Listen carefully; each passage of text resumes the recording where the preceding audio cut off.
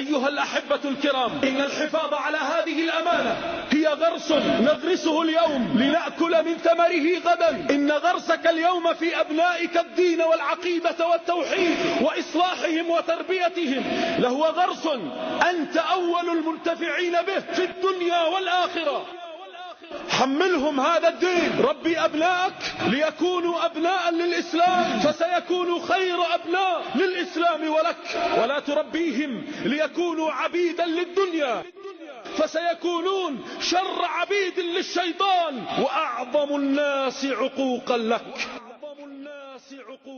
لا يلهيك حالك ولا نفسياتك ولا ديونك ولا عملك ولا وظيفتك عن أبنائك مهما كانت ظروفك، لا عذر لك. لا يلهيك شقاء أبنائك ولا معصيتهم ولا فسقهم عن نصيحتهم، فهذا نوح عليه السلام والأمواج كالجبال، أمواج كالجبال وموت وغرق. ومع هذا كله هل شغلته الأمواج التي حوله عن ابنه؟ وابنه هذا كافر ليس كأبنائنا، ربما عاطل، ربما عنده سوء أدب، كافر. فهل سبه وشتمه أم ناداه فقال يا بني اركب معنا ولا تكن مع الكافرين؟ لا تتعذر بحالته. حصنوا أبناءكم، علموهم أذكار الصباح والمساء، علموهم سير الصالحين، سيرة النبي الكريم محمد صلى الله عليه وسلم، علموهم سيرة الفاتحين عمر وأبا بكر وعلي وعثمان، علموهم سير آل بيت رسول الله وصحابة رسول الله، علموهم الأبطال والرجال الفاتحين القاهرين لأعدائهم المتمسكين بدينهم. أبناؤنا الآن يتعلمون من توم جيري وكنن والكابتن ماجد، فلهذا لا تستغربوا أن أجيالنا اليوم وراء المباريات لقد ربوهم صغارا على الكابتن ماجد. أيها الأخ الكريم، إن الله يأمركم أن تؤدوا الأمانات إلى أهلها. الأبناء أمانة، وقد رزقنا الله من هذه الأمانة نعم. قال الله سبحانه وتعالى المال والبنون زينة الحياة الدنيا.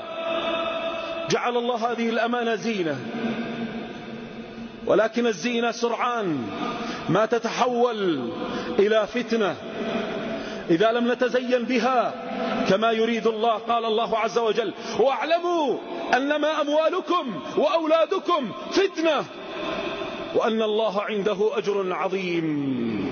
واعلموا أنما أموالكم وأولادكم فتنة، هي زينة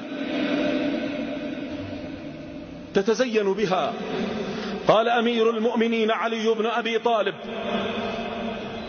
المال والبنون زينة الحياة الدنيا والباقيات الصالحات خير عند ربك ثوابا وخير أملا.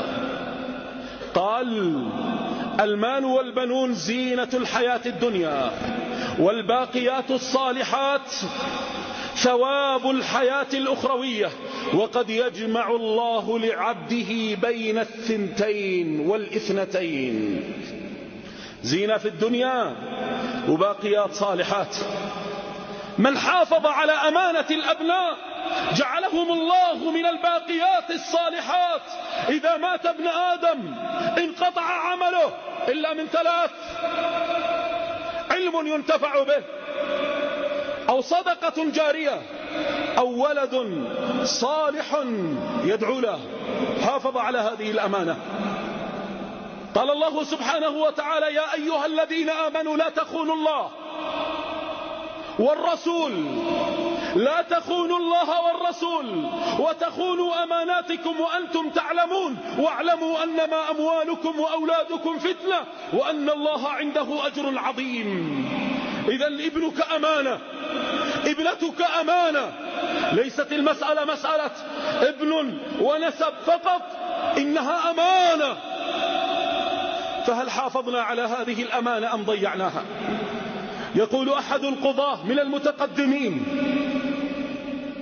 لقد قضيت في أعظم القضايا ودرست أكبر الانحرافات في القضايا التي تأتي إلينا والقضايا المخزية والانحرافات العظيمة، فوجدت أن أغلبها لضياع دور الأب من البيت.